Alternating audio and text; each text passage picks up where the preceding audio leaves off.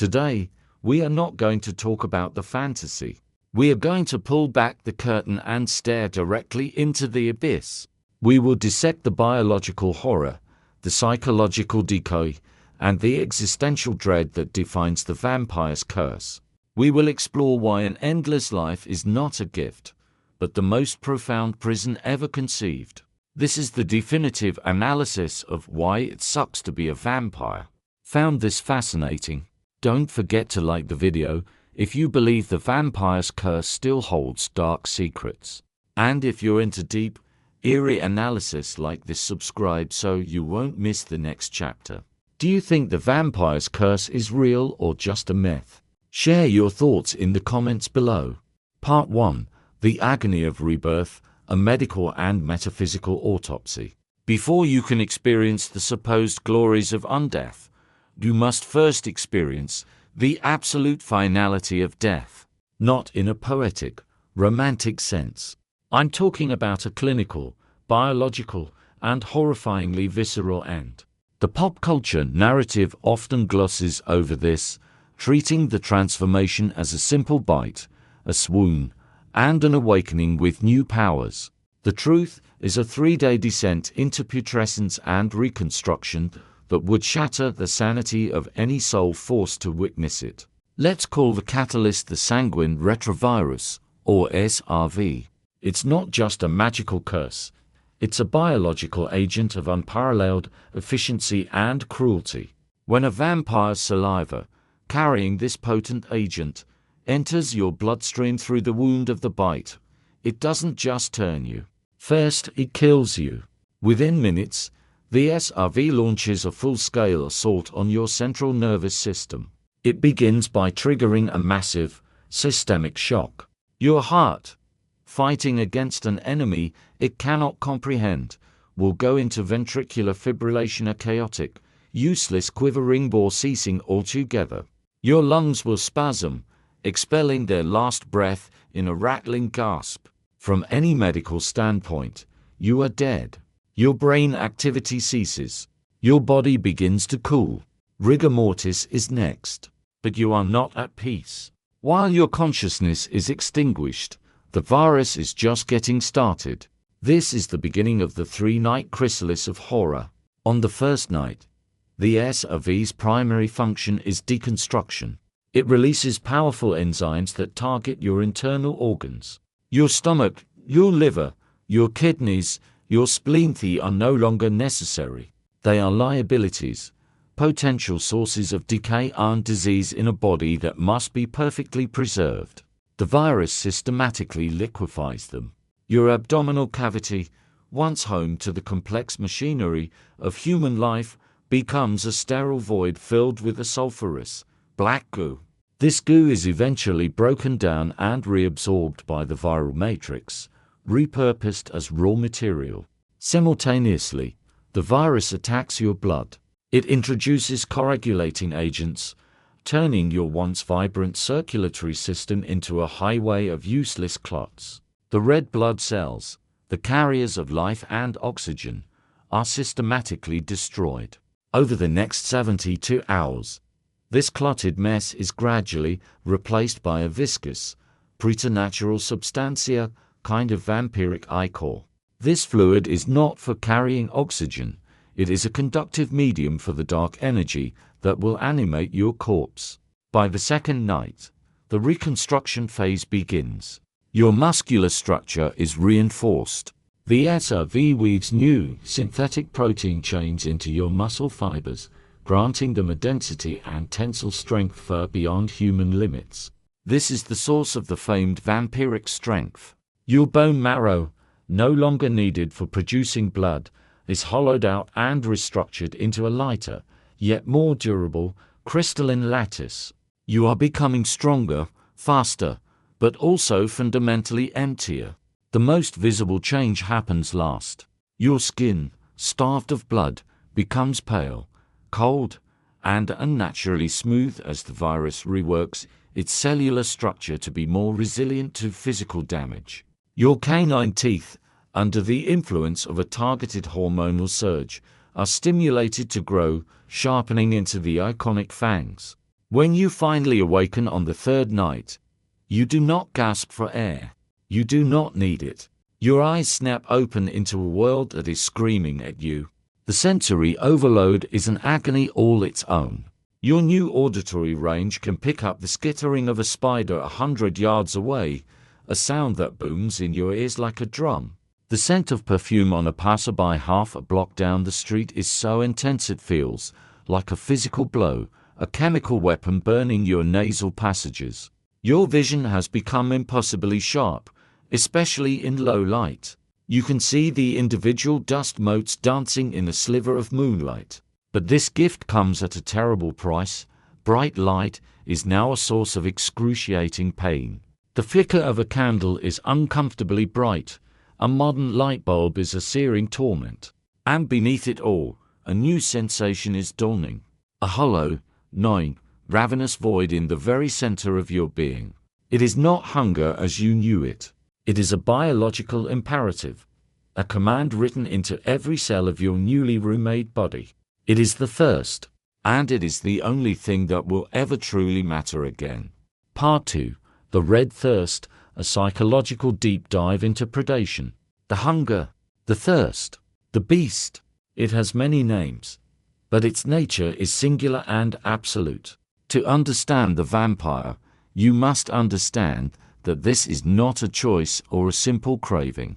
It is the foundational reality of their existence, a perpetual state of agonizing withdrawal that can only be temporarily sated by the consumption of human blood. Normal food and drink are not just unsatisfying, they are poison. Your new biology violently rejects them. A sip of water feels like ash in your mouth. A piece of bread turns to clay. If you force it down, your body will expel it with convulsive, painful vomiting. You are a highly specialized machine, and you now have only one fuel source. Imagine the worst thirst you have ever felt. Now multiply it by 1,000. It's a physical pain that starts in your gut and radiates outwards, a burning, cramping sensation. Your throat feels like it's lined with sandpaper. Your newly sharpened senses, a curse in this moment, zero in on the one thing that can stop the pain, humanity. You can hear their heartbeats, a rhythmic thump-thump-thump that is a dinner bell for your soul. You can smell the coppery tang of blood in the air, even from a distance. The warmth radiating from their bodies is like a beacon in the cold, dead world you now inhabit. This sensory input triggers a primal, predatory instinct that your human consciousness is almost powerless to resist. Your higher reasoning, your morality, your memories of love and compassion are all drowned out by a single, screaming command: feed. Let us consider a case study. A cautionary tale passed down among the elder vampires, a story they tell to their fledglings to scare them into obedience. Real-life example 1, the tale of Alexei, the newly sired. The year is 1888, in the sprawling, gaslit metropolis of London. Alexei was a poet, a young man of modest talent but immense passion, who spent his nights in smoky taverns debating art and philosophy. He was idealistic, romantic, and utterly unprepared for the world that existed in the shadows. He caught the eye of a centuries-old vampire, a creature named Julian, who was bored and saw in Alexei an amusing pet.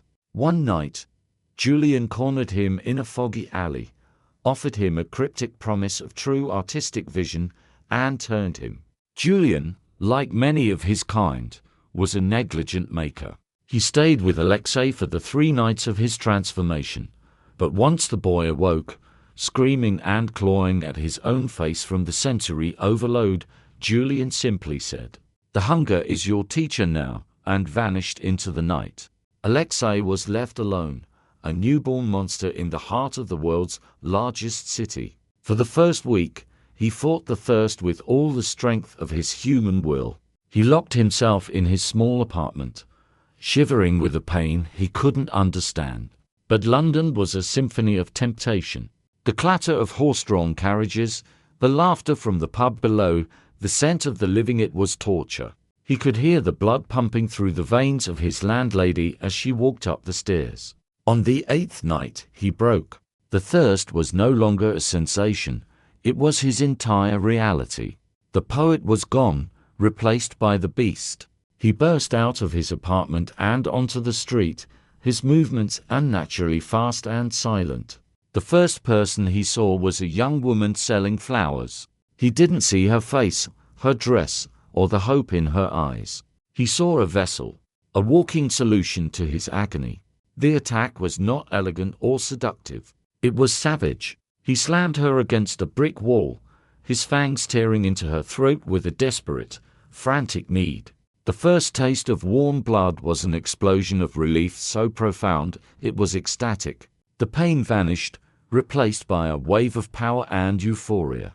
He drank, and he drank, and he drank, completely losing himself in the act. He didn't stop until her heart fell silent. He came back to himself standing over her drained, lifeless body, his face and clothes caked in her blood.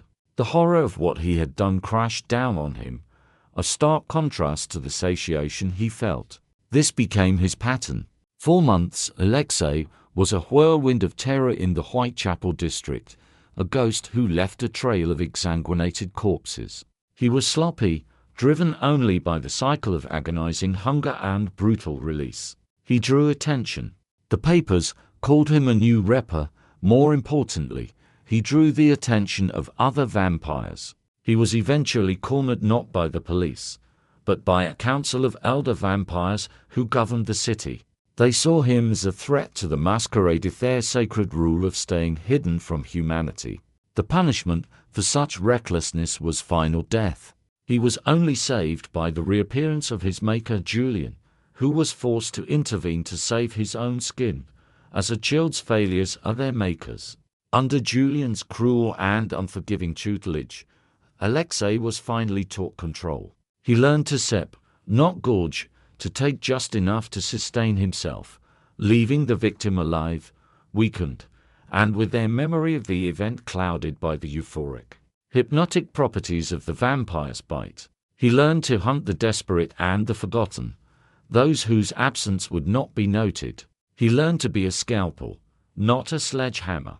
But the memory of his first kill, and the dozens that followed, never left him. He had learned control, but he had lost his soul in the process. The poet was well and truly dead, replaced by a functional, but forever haunted, predator. Alexei's story is the story of nearly every vampire. The initial period of undeath is a frantic, bloody struggle for survival and control. Without a guide, most new vampires are killed within their first year, either by their own kind for being too conspicuous, or by the knowledgeable humans who hunt them.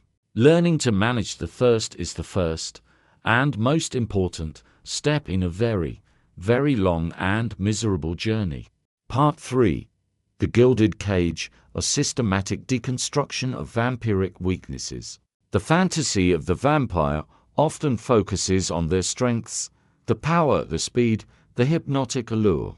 But the reality is a life defined not by power, but by a long and humiliating list of vulnerabilities. These aren't minor inconveniences, they are absolute laws of nature that shrink the vampire's world into a tiny, paranoid cage. Each weakness is a bar on this cage, a constant reminder of their unnatural and cursed state. The tyranny of the sun. This is the most famous and most absolute of their weaknesses. It is not an allergy. It is not a discomfort. Direct exposure to sunlight is instantaneous, agonizing annihilation. The photons in sunlight, particularly in the UV spectrum, react with the vampiric ichor that flows in their veins in a catastrophic photochemical reaction. Their cells don't just burn, they combust. A vampire caught in a sunbeam will be reduced to a pile of smoldering ash and blackened bone in seconds. Think about the psychological implications of this. The sun, the source of all life on earth, the symbol of hope, warmth, and goodness, is your deadliest enemy. You are forced into a completely nocturnal existence. Your world is one of shadows, moonlight, and artificial light. This fundamentally severs your connection to the natural rhythm of the world. During the long nights of winter, you have more time. But in the summer, your operational window can shrink to as little as 6 or 7 hours. This creates a frantic, desperate urgency to your nights. You must find shelter, feed, and conduct any business you have before the first hint of dawn. You develop an almost supernatural sense of time, an internal clock that screams at you as sunrise approaches. Every night is a race against the clock. Finding a safe, light-proof shelter for the day is a primary, constant source of anxiety. Traditional law dictates that a vampire must rest in soil from their homeland, usually within a coffin. The older, more powerful vampires insist this is an ironclad metaphysical ruler way of staying connected to the earth that gave them mortal life. More modern interpretations suggest it's more of a psychological anchor, a ritual to stave off the madness of eternity. But whether it's a rule or a superstition, no vampire is willing to risk it. They hoard their native soil like gold, a pathetic and constant reminder of a home to which they can never truly return. But the most terrifying part of this weakness is the daily paralysis. As dawn approaches, a supernatural torpor overcomes the vampire. It is not sleep. It is a state of complete helplessness, a death sleep where they are fully inanimate and unable to defend themselves. If a mortal were to find a vampire in their daylight resting place, they could be destroyed with ease.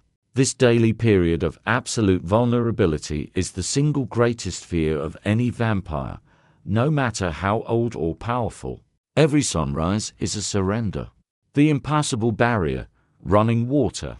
This is one of the strangest and most restrictive weaknesses. A vampire cannot cross running water under their own power.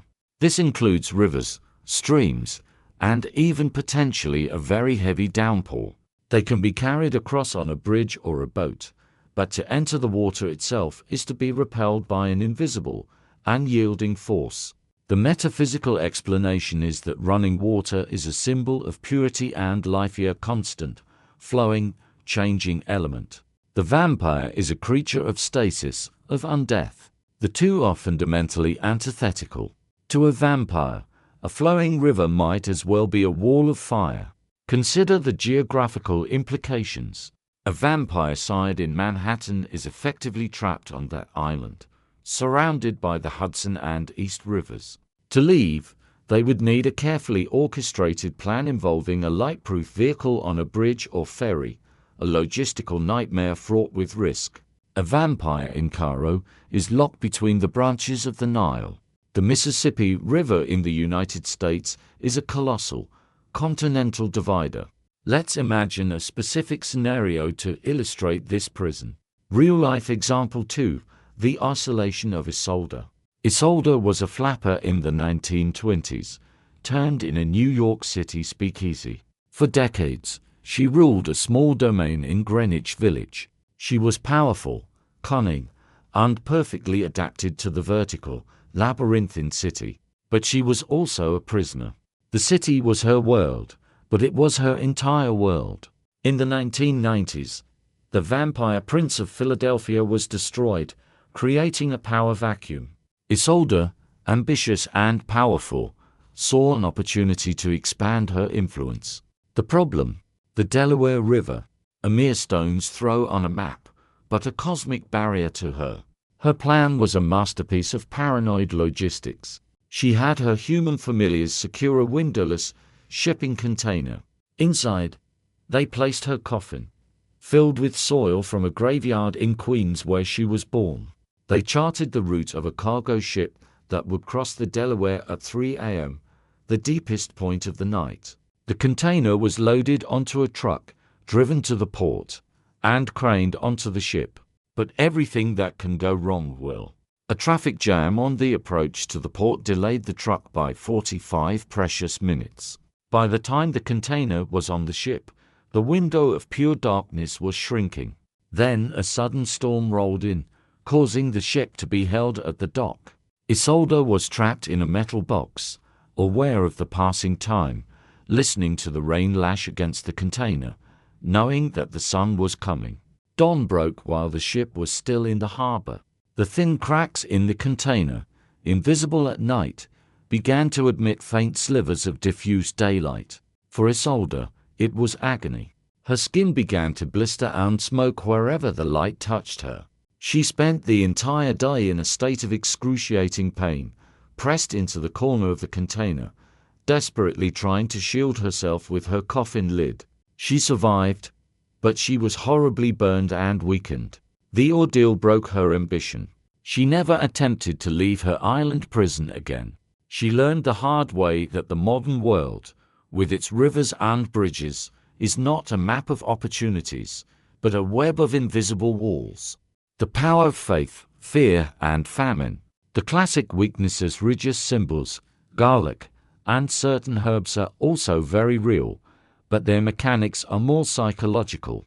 A cross or crucifix wielded by a person of true faith can burn a vampire's skin like a hot iron and repel them with nauseating force. Holy water acts like acid. The prevailing theory among the undead is that these symbols don't have inherent power, but rather, they weaponize the vampire's own damned soul against them. The vampire knows it is an unholy creature, cut off from grace. The symbol is a physical manifestation of that spiritual reality. A cross wielded by an atheist would likely have no effect. But in the hands of a devout priest, it is a formidable weapon. This adds a cruel layer of psychological torture, constantly reminding the vampire of the salvation they have forever lost. Garlic, on the other hand, is a purely physiological aversion. The same heightened senses that allow a vampire to hunt make the smell of allicin, the compound in garlic, an unbearable corrosive agent. It's not just a bad smell, it's a neurological assault that causes intense pain and disorientation. Then there is the strangest of all compulsions, arithmomania, the curse of counting. If a vampire encounters a pile of spilled grains rice, seeds, Salthy are overcome by an irresistible urge to stop and count each and every one. This is not a choice.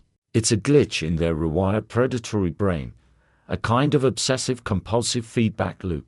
A knowledgeable vampire hunter can exploit this by shattering a bag of rice on the ground, effectively paralyzing the vampire in a mindless, neurotic task while the hunter prepares a killing blow. It is a deeply humiliating and debilitating weakness. Finally, there is the limitation of the threshold.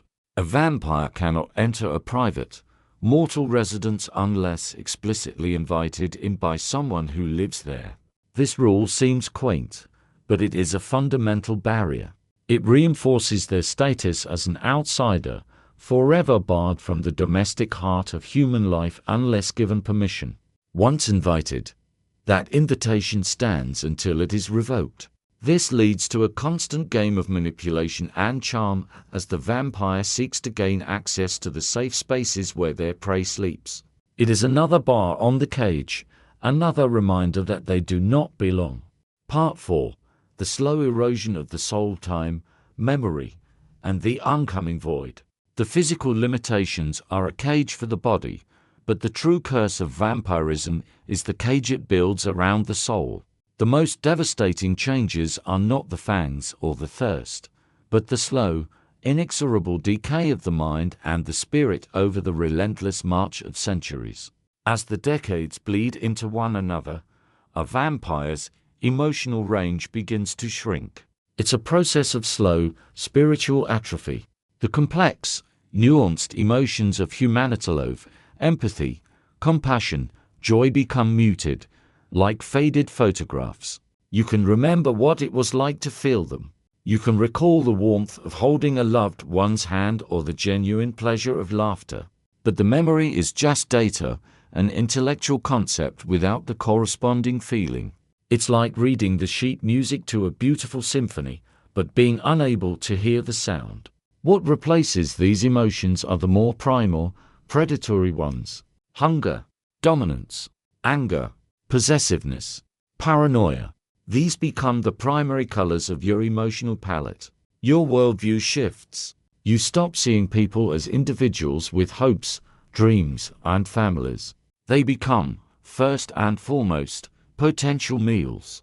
You might develop a detached curiosity about them, like a scientist observing ants. You may even feel a sense of ownership over certain humans, but it is the affection a farmer has for his livestock, not the love one person has for another. And then there is the inescapable tragedy of time. While you remain frozen, a perfect, unchanging statue of the person you once were, the entire world moves on without you. Everyone you ever knew or loved in your mortal life will age, wither, and die. Your parents, your siblings, your friends, your spouse, your children. They will live their brief, flickering lives and be gone. And it happens so fast. A decade, which to you feels like a year, is a significant chapter in a human life. A century is their entire history, from birth to grave. You are forced to watch this happen, over and over again. You can't even attend their funerals, as the sun forbids it. You are a silent, unseen mourner, grieving from the shadows for people who become, over time, just names and faces in a past that feels increasingly unreal. To illustrate the sheer, soul-crushing weight of this, we must consider the story of Elara, a vampire of the Ancien regime, and a man she dared to love in the modern age. Real-life example 3. The unbearable grief of Elara and Thomas. Elara was turned in 1785, a French aristocrat who fled the revolution as a fledgling vampire. For over 150 years, she lived a life of cold, detached survival. She saw empires rise and fall, wars rage, and technology reshape the world. She had taken countless lovers, but they were distractions, temporary amusements. She had long since accepted that love, for her, was impossible. Then, in 1955, in a smoky jazz club in Paris, she met Thomas. He was an architect, an idealist who wanted to build beautiful things. He wasn't intimidated by her strange intensity, he was fascinated. For the first time in over a century, Elara felt a flicker of something she thought was long dead. She broke all her own rules. She let him into her life, not just her bed. She didn't tell him what she was, of course. She fabricated a story about a rare skin condition to explain her nocturnal life and a vast inheritance to explain her wealth. For 30 years, they were happy. He was the anchor that connected her to the world. She reveled in his warmth, his passion, his very human vitality. She loved him with a desperation born of centuries of coldness. But time is relentless. By the 1980s, Thomas's dark hair was streaked with grey. His face was lined with the map of his life. Elara still looked exactly as she had the day they met. Friends and colleagues began to comment, first jokingly, then with suspicion. They had to move, to start over in a new city where no one knew them. The 1990s brought more changes. Thomas grew frail. His steps became slower. His memory began to fade. He would tell her stories of their youth, his eyes shining, while she sat beside him, an ageless statue of grief. The power imbalance became a chasm. She was his caretaker, his protector, but also his living ghost, a constant reminder of the youth he had lost. He died in the winter of 2005, of old age, peacefully in his sleep. Elara was holding his hand. She felt his last, faint breath. She felt the warmth leave his body, and then silence. The heartbeat that had been the soundtrack of her life for 50 years was gone. The sun rose, and she had to retreat to her lightless room, leaving his body to be discovered by the morning nurse. She spent that day, and the next 100 days, in a state of catatonic grief. The pain was worse than the thirst, worse than the burn of the sun. It was the pain of absolute, irreversible loss. His entire beautiful, meaningful life had passed in what felt to her like the blink of an eye. Afterward, Elara became a ghost. She retreated from the world, cutting off all ties. The joy Thomas had brought her didn't enrich her endless existence, it poisoned it. Every sunset was a reminder of the life he couldn't share. Every beautiful thing was a reminder of his absence. His love had not saved her from the curse. It had only served to show her exactly what she had lost forever. She had learned the hardest lesson of immortality. Any love you find is temporary, but the grief is eternal. This is the long-term reality. Time becomes a solvent, dissolving all connections. Decades blur into one another. The urgency of human life, careers, dramas, deadline seems absurd and pointless. You might spend 5 years mastering a language, or 10 years lost in thought, only resurfacing when the thirst becomes unbearable. You become detached, an observer, not a participant. And slowly, inevitably, you become less and less human. Part 5. The Unseen Society, Politics, Power and Paranoia. Vampires, contrary to the coven-centric fantasies, are not social creatures. They are solitary predators locked in a state of perpetual, low-grade paranoia. When they do form societies, they are not communities built on fellowship, but brutal hierarchies forged from fear and necessity, governed by one overarching principle: survival of the species through absolute secrecy. At the heart of this society is the relationship between the maker and their child. This is not a parent-child relationship. It is a master-slave dynamic. A newly created vampire is bound to their maker, psychically and emotionally. They are compelled to obey, and defiance is met with swift, brutal punishment. This bond fades over decades, but the power dynamic remains. In vampire society, age is absolute power. A 200-year-old vampire has near total authority over a 100-year-old.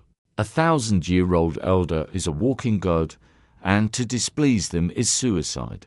These hierarchies are most visible in large cities, which are often ruled by a single, powerful elder who holds the title of prince or regent. The prince's word is law. They dictate territories, settle disputes, and, most importantly, enforce the masquerade, the fundamental law that forbids revealing their existence to humanity. Any vampire who threatens the masquerade is hunted down and destroyed by the sheriff or scourge, the prince's enforcer. This is not a system of justice, it is a system of brutal self-preservation. Large gatherings of vampires are rare and tense. Putting too many predators in one room is a recipe for conflict and betrayal. The most strictly regulated law in this society governs the creation of new vampires. To sire or embrace a human is the most significant act a vampire can perform, and it is forbidden without the express permission of the city's prince. The reasoning is cold and practical. More vampires mean more competition for a limited food supply and a greater risk of exposure. Creating a new vampire is a political act, requiring careful negotiation and the currying of favor. If you wish to create a companion to share your eternity, you must petition the prince. You must justify your choice. You must prove that your potential child will be an asset to the community, not a liability like the reckless Alexei. If permission is granted, you become wholly responsible for your creation. Every mistake they make, every rule they break, reflects on you. Their failures are your failures, and their punishment will often be your punishment. This creates a terrible moral calculus. You are not just choosing a companion, you are dooming someone to this cursed existence. You know the pain, the isolation, the hunger. Can you, in good conscience, inflict that on another? Many older vampires refuse to ever sire, knowing the true weight of the gift they would be giving. Those who do often choose their candidates with a grim purpose. Some select the terminally ill, convincing themselves it is an act of mercy. Others choose the ambitious and the ruthless, seeing them as better equipped to survive. And a cruel few choose the innocent and the virtuous, simply to watch them break, a private theater of corruption to distract from their own eternal boredom. Choosing to sire is to play a dangerous game of politics, morality, and survival. And in the paranoid, backstabbing world of vampire society, one wrong move can get you and your new child a final, bloody end. Part 6. Navigating the Modern Panopticon. If life was difficult for a vampire in the 19th century, it is a logistical nightmare in the 21st. The modern world is a panopticon, a world of pervasive surveillance that is fundamentally hostile to a creature who must remain hidden. The old ways of slipping through the cracks are gone. In the past, a vampire could move to a new town and assume a new identity with relative ease. Today, that is nearly impossible. You have no birth certificate, no social security number, no digital footprint. You are a ghost in the machine, and the machine is designed to flag and purge ghosts. Security cameras are everywhere. While a vampire might not have a reflection in a mirror, the way they interact with light is subtly different. Digital cameras often show them as a strange, blurry distortion, an anomaly that security software is designed to detect. Facial recognition software would constantly fail, drawing unwanted attention from data analysts.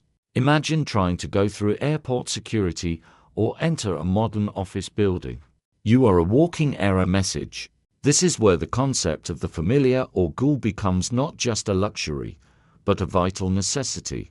These are human servants, bound to the vampire through a combination of fear, loyalty, and, most potently, the vampire's own blood. A small taste of vampiric ichor given to a human creates a state of euphoric addiction and unnatural loyalty. It also slows their aging and can grant them a sliver of the vampire's resilience. These familiars are the vampire's bridge to the mortal world. They rent apartments in their own names, open bank accounts, manage investments, and interact with the bureaucracy of modern life. They are the vampire's face, their hands, and their voice during the daylight hours. But this reliance is a profound weakness. The familiar is still human. They can be compromised, they can betray you, they can grow old and die, forcing you to find and cultivate a new one, a process that is always fraught with risk. Money is another critical tool for survival. Elder vampires have a massive advantage, having had centuries to accumulate wealth through compound interest, shrewd investments, and the careful acquisition of assets under a series of false identities. They are the unseen forces behind shell corporations, art auction houses, and private equity firms. But for a new vampire, turned without wealth, the situation is desperate. How do you earn a living when you can't hold a normal job? How do you maintain a secure, light-proof haven without a steady income? This financial pressure often drives younger vampires to recklessness, theft, extortion, or serving as muscle for their elders. To be poor in the vampire world is to be vulnerable, and to be vulnerable is to be dead.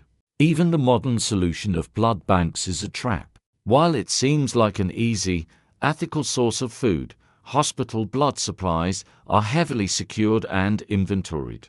The blood itself is treated with anticoagulants and preservatives that make it taste foul and offer less nourishment. And a consistent, unexplainable drain on a city's blood supply would trigger a massive investigation far faster than a few missing vagrants. The modern world has turned the art of vampiric survival from a game of stealth and charisma into a grueling, full-time job of data management, financial planning, and human resource logistics. Part 7. The Final Curse and the Search for an End. So we arrive at the final, most profound horror of the vampire's existence. It isn't the hunger, the weaknesses, the paranoia, or the isolation. It is the curse of infinity itself. It is the crushing, soul-destroying weight of ennui. Humans live with a deadline. Our mortality is the engine of our meaning. We love, we create, we strive, we build legacies because we know our time is short. Our lives have a narrative structure, a beginning, a middle, and an end. This finitude is what makes our choices matter. It is what gives life its preciousness and its beauty. The vampire has no deadline. Their existence has a beginning and a middle that stretches into a flat, featureless, unending horizon. There is no end. And without an end, what is the point of the story? After 2 or 3 centuries, a vampire has likely done everything. They have mastered every language, read every book, learned every instrument, seen every great city. They have amassed fortunes, manipulated empires, and experienced every pleasure imaginable. And they are bored. It is a boredom so deep, so absolute, that it borders on a kind of spiritual paralysis. The centuries stretch ahead, endless and unchanging. The same cycle, night after night. Awaken, hunt, feed, retreat. The dramas of the human world, once a source of amusement, become a tedious, repetitive soap opera. The rise and fall of nations is just background noise. Nothing is new. Nothing is exciting. Nothing matters.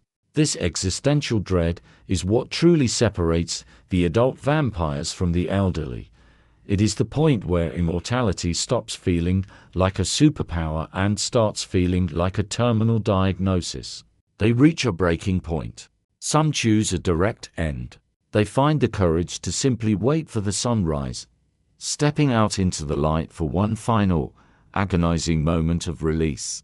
Others seek out a glorious death in battle, picking a fight with a younger, stronger vampire or a known hunter, hoping for a final, violent conclusion to their endless tedium. Many others don't choose death, but a state that borders on it, torpor.